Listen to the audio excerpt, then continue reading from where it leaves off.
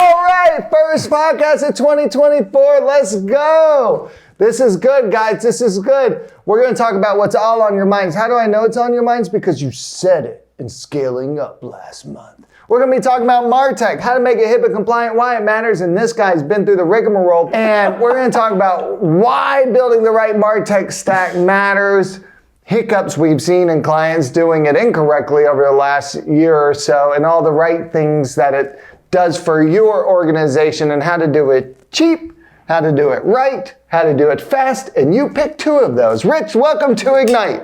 Hey Alex, happy 2024.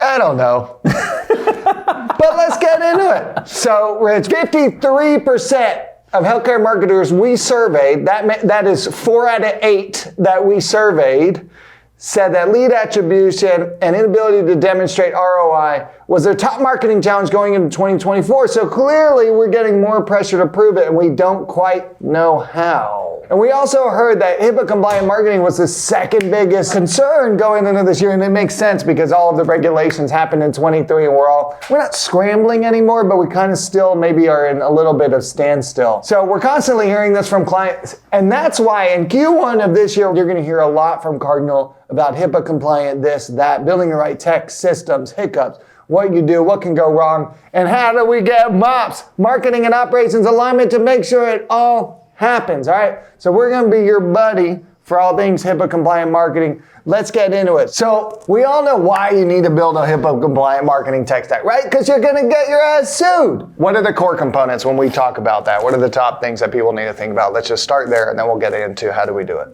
Yeah, so I mean, I think in terms of what you want your martech stack to do, right? You want it to measure the outcomes of your marketing efforts, and you want to do that in a compliant way. Okay. And ideally, in terms of measuring the outcome, that can be a pretty specific thing, right? Like you don't want to just measure leads, like form submissions and phone calls that you drive, but you want to measure whether you got a new patient or whether you were able to reactivate an existing patient, essentially whether you were able to drive a booking, and what the revenue was that was associated with that booking, right? Yep. So I think what we're talking about here is kind of two things.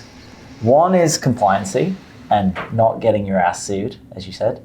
The other is actually having a martech stack that will measure what your goal is as an organization. Okay, and right? The measuring is done by what? What are the key things in there? The key components are going to be like an online analytics solution. So think of something like a mix panel or a heap for tracking your web activity, and then form submissions that happen or online bookings submissions that happen on the site, and then an offline lead tracking solution.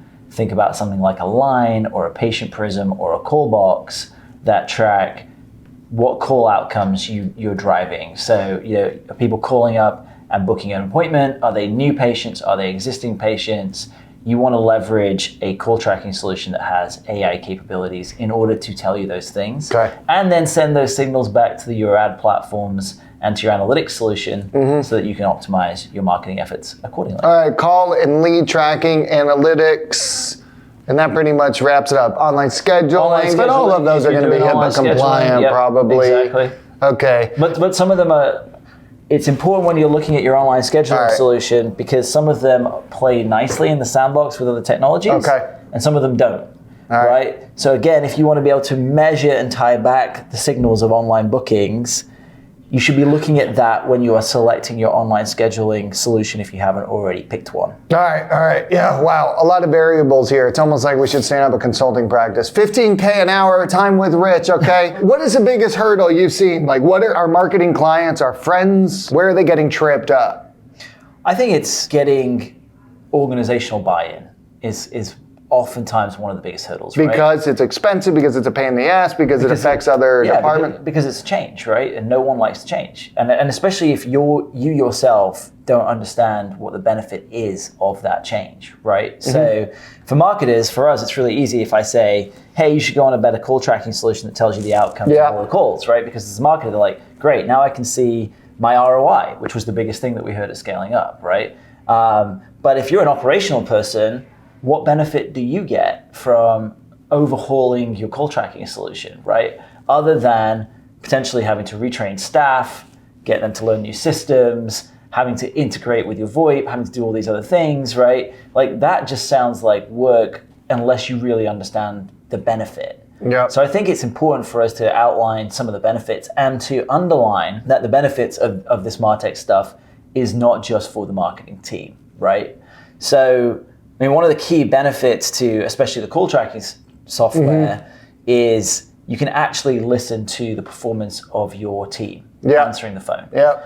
So you've got folks who are picking up and you can understand why those calls, if it's a new patient lead or an existing patient lead, why they're not converting into scheduled appointments. Yep. And you can also find out why locations aren't converting appointments, like you don't have the right payer partnerships, you're too far, your advertising is in the wrong places, your ops team isn't saying the right things that matter to that geography. Right. So it's this MOPS thing. I think Teresa said, I need to give a shout out to her. It's getting alignment with ops. You're going to have to sell ops on the benefits to them, a lot of those that you just said, right? Yeah, and I think another benefit too is if you're able to stand up a martech stack that allows you to optimize towards new patient leads or existing patient leads, you're driving less phone calls that are not that.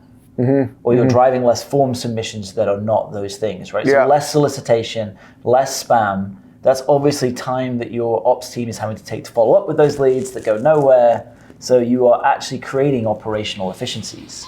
So again, it's about taking the time for the marketing teams of these organizations to get the buy-in from their operational counterparts to understand the benefits of why this martech is going to actually pay dividends. Yeah. And again, understand that it's not actually that much of a lift to stand it up in the first place. It's not that much of a lift. It can be at a big organization, I think. But I think you also say, hey, listen, we're going to get sued.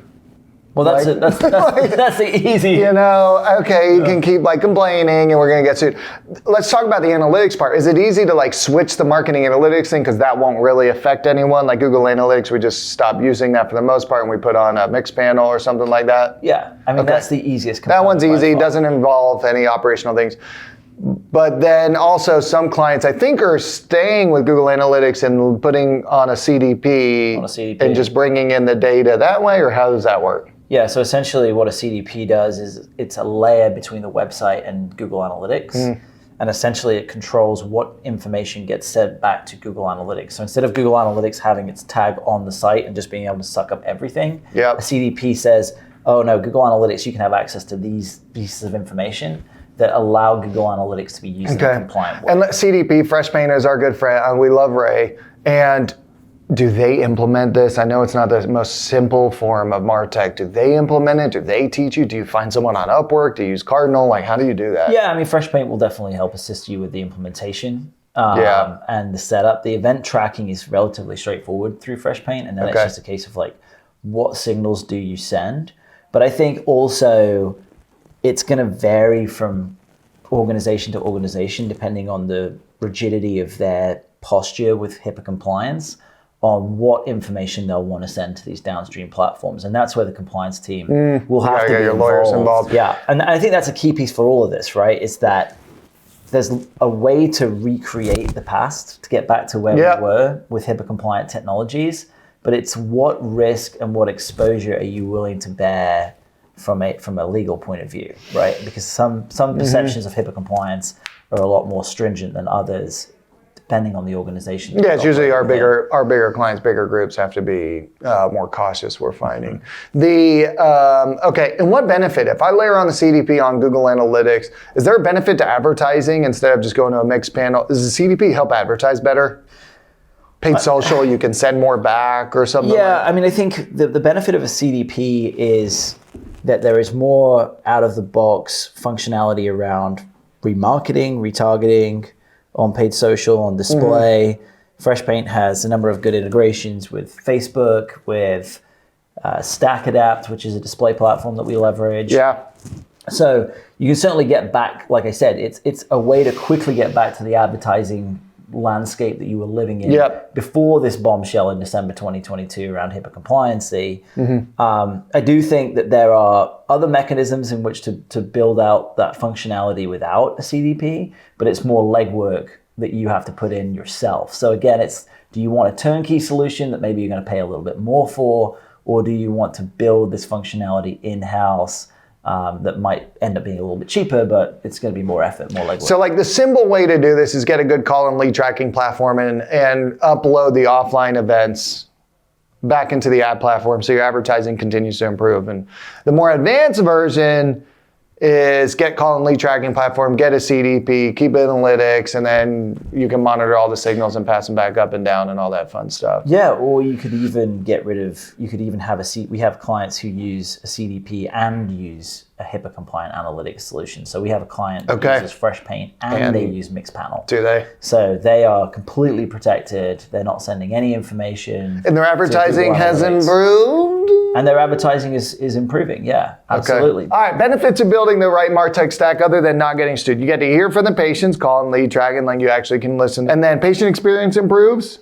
How? Why? Yeah, I mean, patient experience definitely improves because you can use these tools to train your operational people to say the right things, right? Okay. Handle the objections more effectively. Okay. To make sure that the script is correct in terms of, when someone calls up and says, hey, I'm not sure about this. Is this something that I need? They can say all the right things. It also helps you understand the concern of the patient. So if you start listening to these calls and start categorizing them, you can understand that 80% of patients have this particular question. Well, you can start to put that onto your website content, into your landing page content. That's smart. And actually address these before they even call, which again now means your operational people don't have to deal with these challenges. They don't have to answer these questions. It makes them more effective. They get straight to the booking of the appointment. So there is an inherent benefit to really understanding your patient, and these are the solutions that give you that intel. It's like a cheat code to content creation. And something else I found out about how to create great content in 24, go ask your providers what matters to the practice and what is the new innovations in technology, what they think the patients care about. That's a good point of content. That's a side note, a different podcast for another time. We've heard from clients that the right tech also reduces unqualified leads. How does it do that? Because you're essentially tracking both qualified leads and unqualified leads, right? So instead of just tracking phone calls and form submissions and online appointments, you're actually now able to track new patient scheduled appointments, existing patient scheduled appointments, and then only send those signals back to the ad platform. On the net new. And then the ad platform will essentially optimize towards just those signals. So that's how it does. Is over time, you're going to get more net new patient leads because that's what you're sending back, because these technologies help bifurcate door number 1 and 2 and door number 2. Yeah, exactly. I mean, if you think about the old school way of doing it, it's like any phone call over 60 seconds. Right, yeah. I mean, you could get a ton of unqualified phone calls that happen over 60 seconds. It could be a nightmare for your operational team to deal with, endless billing questions or solicitation, spam, partnerships, people hitting them up with sales calls. And how does it help? How do all these things help with capacity? We heard a lot about advertising to capacity, where it is, all that stuff. Once again, marketing and ops alignment. This is fun because you pushed our agency to start doing all these things 2 years ago, and now it's like, en vogue in the healthcare marketing industry. So that's cool. Kudos to you. But how does all of this help with capacity alignment and that fun stuff? Well, I think it makes it more reliable. It makes your forecasting more reliable, right? So, and it makes the levers that you can pull on the marketing side more reliable in terms of what you're going to yield on the operational side. So if I now can track the number of new patient appointments that I book or the number of existing patient appointments that I book and how much it costs to do those things, I should in theory be able to say, okay, if I spend an incremental $10,000 at this location this month, I can fill the capacity gap because I know I'm going to drive 500 appointments or 50 appointments or whatever that gap is. Whereas before, if I was just tracking phone calls, I might drive an incremental 1,000 phone calls for that additional $1, but none of them might be new patient appointments or existing patient appointments. Yeah. So now it allows you to say, your operations team can come to you and say, hey, we've got a shortfall at this location, or we've got a shortfall for this service line, and marketing can say, great, I know if I spend an X number of dollars on digital, I can close that gap because we've got the right signals.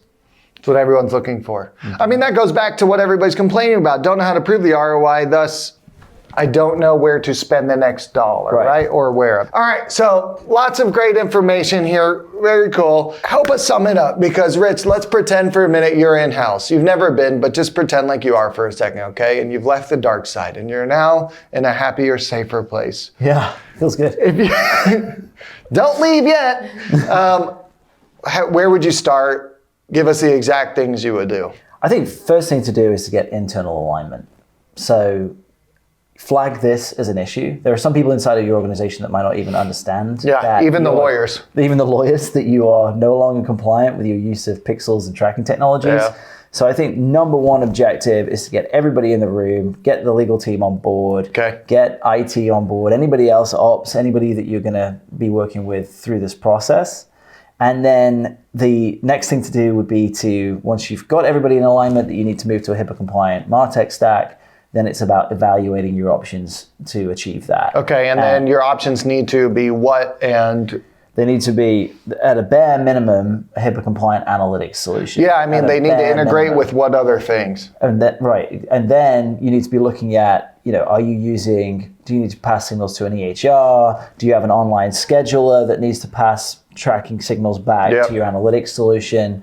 So I think understanding not just the compliant bits or the pieces that you're replacing, but the entire stack and how it's going to work together is going to be really important, because even though GA4 is pretty useless and pretty terrible, it has a lot of fantastic integrations that partners have built around it, integrating into EHRs, into CRMs, etc. And so that's something that you may lose when you move away from GA4, and you want to think about that. I'd say that the final piece is probably the offline lead and call tracking solution. Most call tracking solutions on the market right now, whether they have the capabilities that we've been talking about in this podcast or not, are HIPAA compliant. So from a compliancy point of view, the onus is not going to be to look at that first, but to do all the cool stuff that we've been talking about in terms of understanding new patient appointments that you're driving, filling capacity gaps, all that, making better investment decisions. That's when you're going to need to go to a more advanced offline lead tracking solution. Yeah, I like it. So it's like you go to ops and then find out all of the technologies and systems they're using first, and then you evaluate what do you plan on keeping, growing, getting rid of, and then we figure out what marketing stuff will integrate with all that fun tech that ops also has. And then you prioritize which pieces you're putting in place first. Yeah, so it's like if I'm a marketing leader, I've got 30 days of probably discovery with ops, like what matters to you, what do you envision using, where, what works, what's not working, and then I've got 30 days of getting vendor introductions and proposals and different things, and then month 2 or 3, I'm presenting to the wider team on different systems I'm looking at. We've talked a lot about systems, but people matter too. Mm-hmm. And just one marketing director in-house would struggle, I think, with this. Yeah, I mean, it's a complex problem. And I think the other thing too is if you are not compliant, it is a complex problem that has a timer attached to it. Yeah. And what you laid out is incredibly reasonable, but I'd also say if you think it's going to take 3 months to stand up a HIPAA compliant martech stack, get rid of the non-HIPAA compliant stuff today. At least start by just stripping those pixels off the site, take Google Analytics off, take Google Ads off, and just don't run the risk of being, caught up in a class action lawsuit or caught by the FTC. Yeah, and your advertising might suck for a few months, but that's it. And that's okay. That's the lesser of the two evils. It's gotta just be okay for now. All right, Rich, so we talked about the systems, the people, the alignment. Any final words you want in-house marketers to think about as they go into this? Yeah, I mean, I think it's a complex transition. So if you need assistance, there are people out there who have done this many times already, both on the vendor side and also on the agency side. Obviously, we've guided our clients through a number of these implementations, and we're happy to do so if you guys need help. So good luck with your journey to a HIPAA compliant marketing stack. And I think there's opportunity for a ton of upside in terms of your marketing sophistication in 2024, as well as just focusing on the compliance piece. It's not just we're going to help you become compliant. This technology will improve the patient experience. It will improve your bottom line. It will improve net new patient volume. It will improve capacity alignment, and you're not going to get your ass sued. So all of these things are wonderful, guys. If you're wondering where to start, just ping us. We have lots of clients that have gone through this. We host a conference. We've got a great community. We'll connect you with 1 or 2 of them, and you can learn from their mistakes over the last year, so you don't have to be the guinea pig. They're happy to help. This is a healthcare marketing community. It's fun. We love each other, and just feel free to reach out. You don't have to figure this out on your own, and we have unbiased resources that will help you. Thank you for listening to Ignite, and Rich, thank you for showing up. Thanks. Sleepy and everything else.